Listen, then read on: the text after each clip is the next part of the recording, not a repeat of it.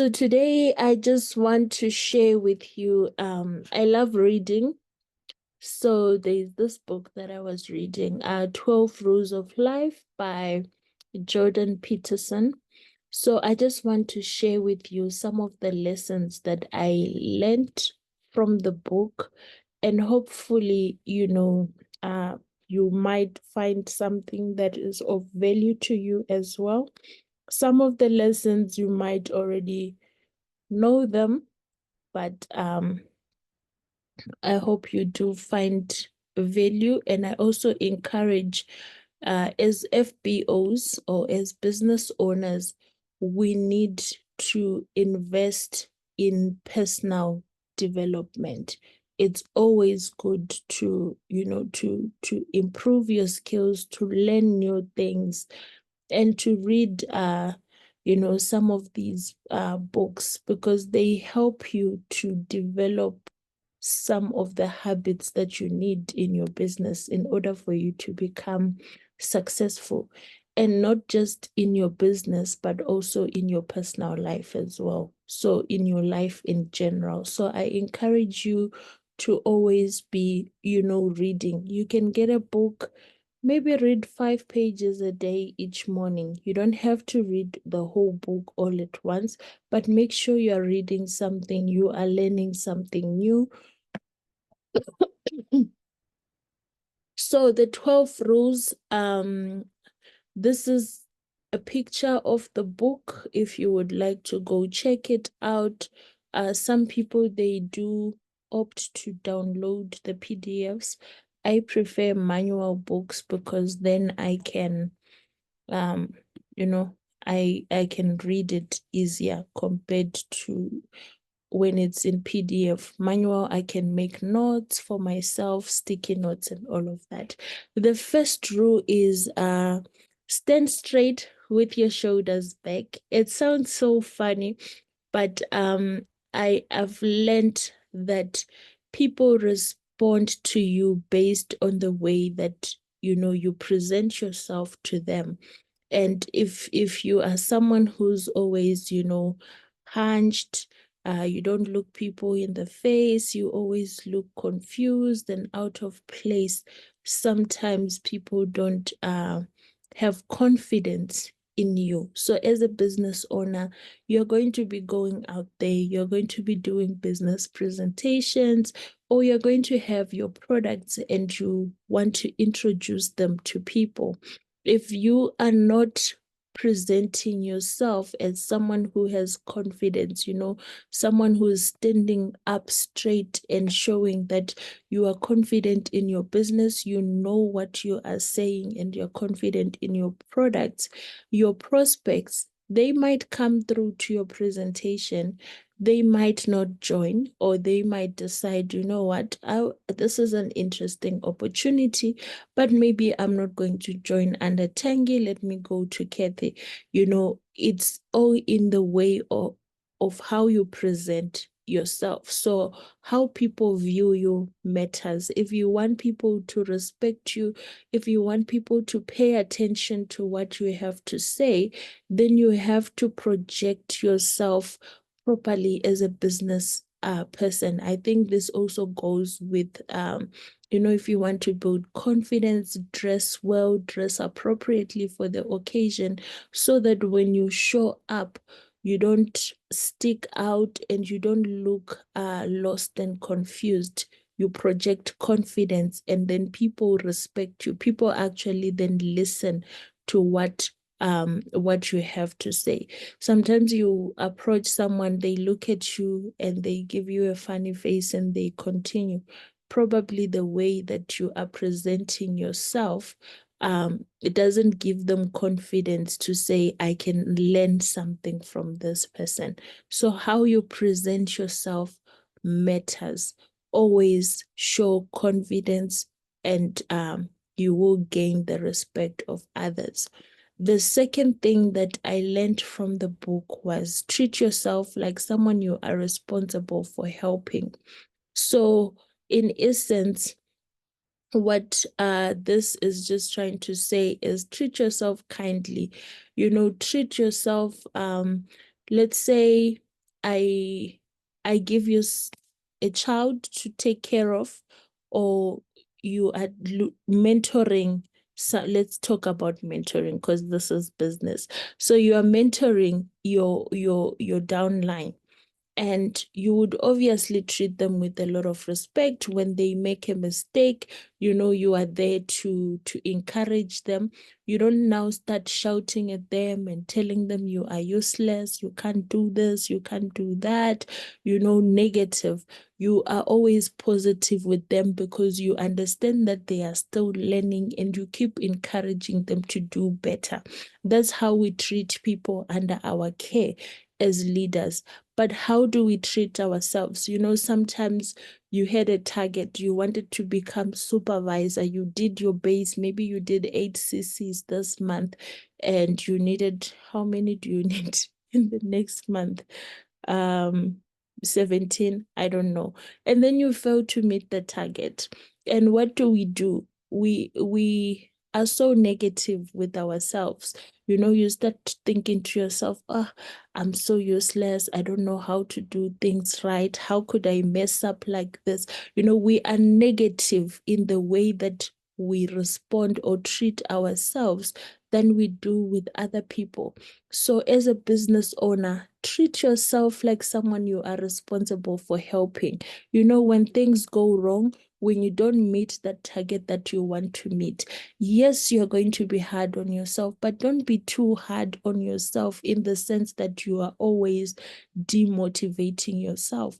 When you've achieved something small, celebrate that. When you don't know something, don't feel so bad and feel like you are useless.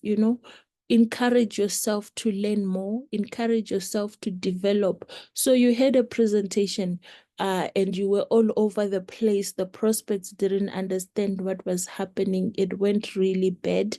Yes, you are allowed to say, you know what, I need to do better. And then you encourage yourself. Now, you know what, I need to go read this marketing plan and understand it better. The way you would treat someone that you are mentoring, treat yourself that way, which means don't be too hard on yourself. And the way we tell our prospects, have values, have direction, set goals, and you get that you give them that support. Do the same for yourself. So don't always speak negative about yourself and your business. Always have a positive attitude. Be patient with yourself. Allow yourself the time to learn and develop as the business requires. So treat yourself like someone you are responsible for helping. This was a very powerful point for me, because I feel like sometimes when I don't do something, or when I don't achieve what I wanted to achieve, sometimes I can be a bit too harsh on myself. And sometimes you just need that kind word to yourself for encouragement. The third thing was make friends with people who want the best for you. I liked this point because, looking back, there was a certain stage in my life where the friends that I had were always people that were negative. If you want to do something, they'll be the first to laugh and say, but you know us, where we come from, and do you think you can really achieve this? Those are people you do not want in your life, especially if you're going to be building a business. You want people who understand your vision and people who can support your vision. So people who want what is best for you, people that are going to be encouraging you.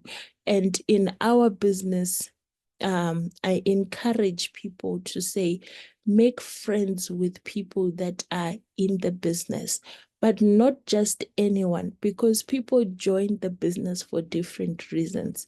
Make friends with people that are in the business, but you can also see that their values and their goals are aligned with what it is that you want to achieve as an FBO, because you can make friends with FBOs who are negative and you will still not go anywhere.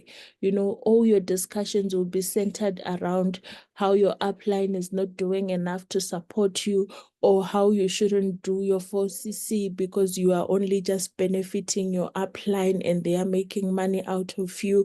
Those kind of people, you need to cut them off from your friendship group. So you can be colleagues, you can collaborate on presentations, you can work together, but you don't need those type of people in your inner circle, because those people, they will derail your progress. Every time you want to move up, you want to do something, they will be the first to discourage you and they will feed your negativity. So make friends with people who want the best for you, people whose vision and goals are aligned with what it is that you want to achieve in the business, because this business gets tough.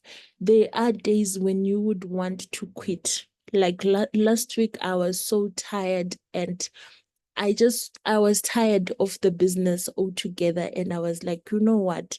Why am I wasting my time with this? I don't need to suffer like this. Let me go back to my traditional way of living. Why? Because it was simpler. When you have a job and you have a salary, I need to do one, two, three, and then my money clocks in. And that is it. But when you are running this business, you have to talk to people. Some will promise you and cancel last minute. Some will disappoint you. Some are going to be rude. It's a lot. Your phone is ringing all the time. Your downlines need your attention. Your customers need your attention. Your prospects you are all over the place, and you just feel sometimes that, you know what, I've had enough and I want to quit. And if you have a good circle of friends or a good circle of people who want the best for you, they are the ones that are going to remind you. Remember, Heather, why you started this business. You've worked so hard. This is how much you've achieved so far. Friend, you can do it. What can I do to support you? Those are the kind of people that you need in your inner circle. So make friends with people who want the best for you, people who are positive, people who have the same vision, people who are aligned with what it is that you want to achieve. I hope I'm speaking value to someone. Then the fourth lesson that I learned was compare yourself with who you were yesterday, not who someone else is today. And this is something that I had to learn, because most of the times we are harsh on ourselves because we measure ourselves according to what others have achieved, either in life or in the business. So I'm looking at myself and I'm thinking, I'm not moving, or I'm not progressing, or there's nothing happening in my business, because I'm measuring myself with this person who's been recognized as supervisor, this person who's been recognized as assistant manager. And when I look at they've bought a car and I don't have a car, it seems like there is no progress in life. But the best way to measure your progress is to compare yourself with who you were yesterday. So I may not have made supervisor, but this month I was able to do 8 CCs. That is progress, because there was a time, maybe a month back or 2 months back, when I was struggling to do one case credit. So that is progress. But if you are so focused on measuring yourself based on other people's achievements, you miss the growth and you feel like you are not growing. And then you are going to backslide. You're going to go back and you're going to quit on your business because you have failed to measure yourself correctly. So the recognitions that happen in your teams, that happen, we are going to have success day. People are going to be sharing their stories. Don't compare yourself to those stories, but take inspiration from them. Look at them and see, oh, they have been able to achieve this.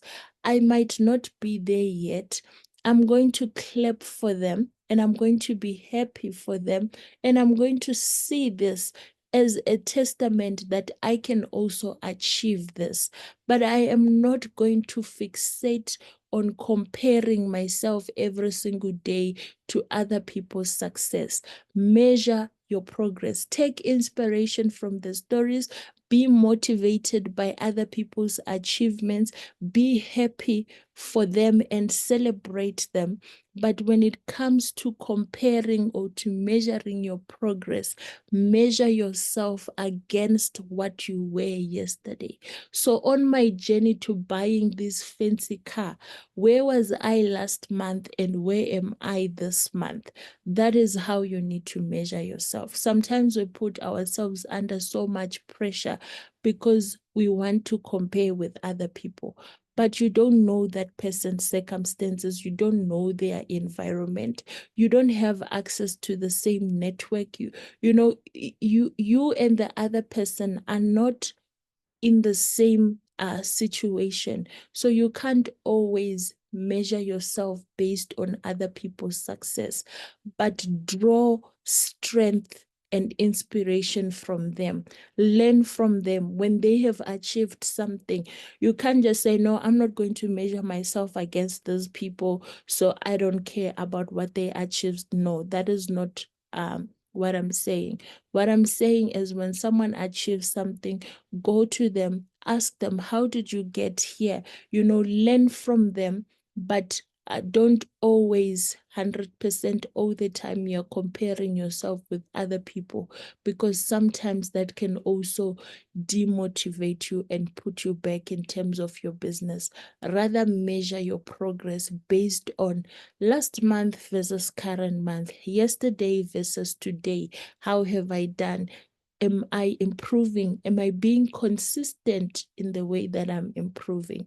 Then it gives you the motivation, because now you can see the small growth that is happening, and you can see that you can work up towards achieving the bigger goals.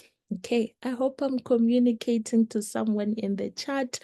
If you are here and you are getting some value, just type a 1 or something in the chat so that I know I'm not alone in the meeting. The fifth thing that I learned is set your house in perfect order before criticizing the world. So before you start pointing out the flaws and the problems in the world, in the business, in forever, in your team, first address and resolve your own issues and shortcomings. Most of the time, when we don't achieve something, the temptation is to blame it on the upline. They are not supporting me. Blame it on the team. They are stealing my prospects. They are doing this. They are doing this. But before you start blaming everyone else and forever in the compensation plan and the prospects that keep promising and not coming and the customers, first address and resolve your own issues and shortcomings.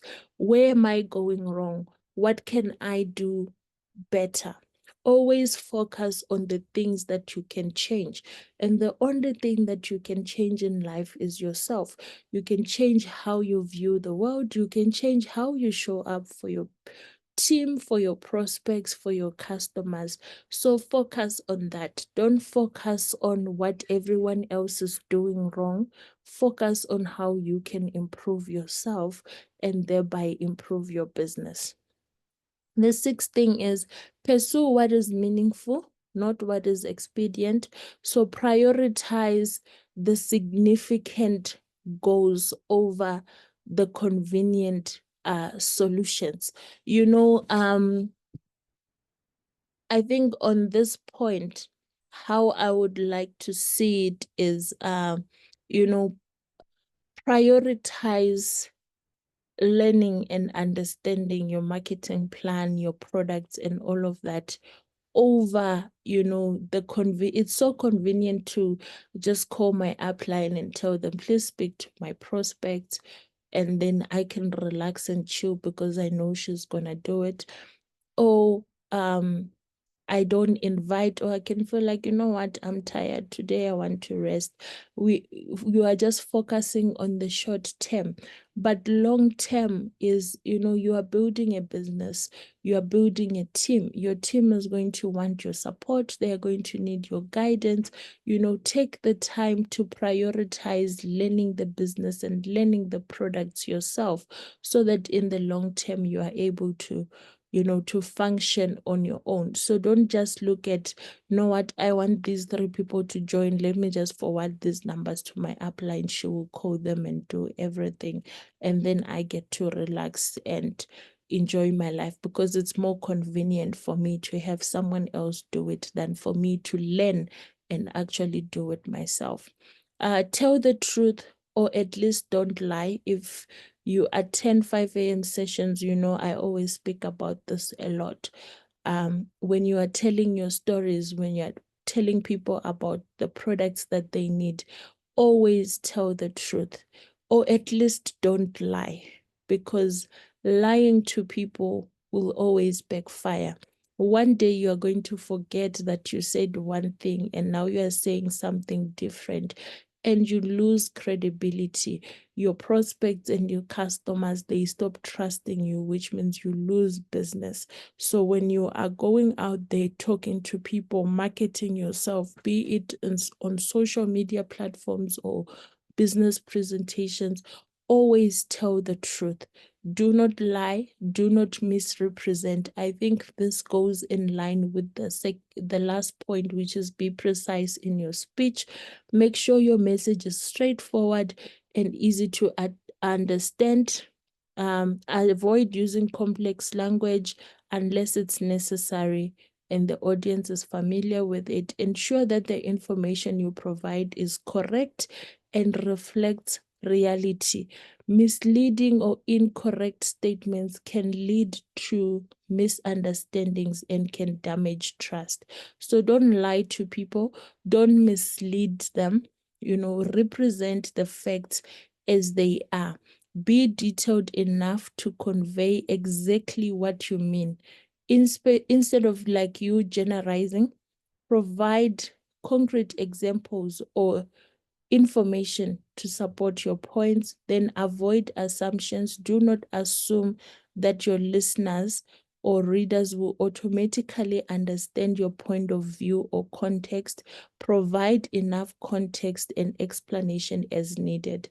This is something that also Forever is always teaching us, to say when you are making claims either about the products or about the money that people can make, always put a disclaimer or mention that this money, it's not just automatic, because there are some people who will join the business, they do their 4CC and they expect to get 40,000 because that's what you told them. But be clear to say, you know what, these things that I'm representing to you, it's based on your effort. It's based on the volume of sales. It's based on the work that you have put in. There are targets that you're going to have to meet. Be honest and transparent with people. If you've made 200 rand, don't go tell people I made 140,000. If it's not 140,000, don't present it as 140,000. In other words, don't lie to people, because once they figure out that you lied to them, it damages trust. They might have joined you because they believed you, and then they come in and they find out that what you say to them is not the truth. Now you're going to be bothering us saying my downlines don't want to work, my downlines this, but it's because you lied to them from the start. So you might be able to convince them to join you with your lies, but in the long term, you will damage your business, because now you're going to be known as a person who lies to people to get them to join the business. And you will also be the one responsible for people saying Forever is a scam. These people, they will lie to you. You're not only damaging your reputation, but the reputation of the company as well. So always tell the truth, or at least do not lie. I think these are 9 out of the 12. The other 3 are family related. I didn't see the relevance of sharing them, but this is really a great book that you can get and get to read for yourself. They are very valuable lessons that you can take from the book. So let me know in the chat if you found value.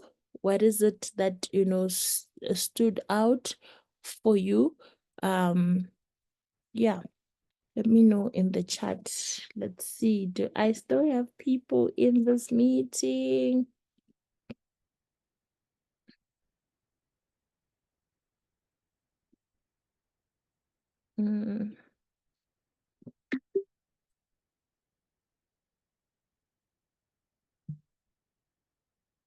Let me know, guys, in the chat what stood out for you.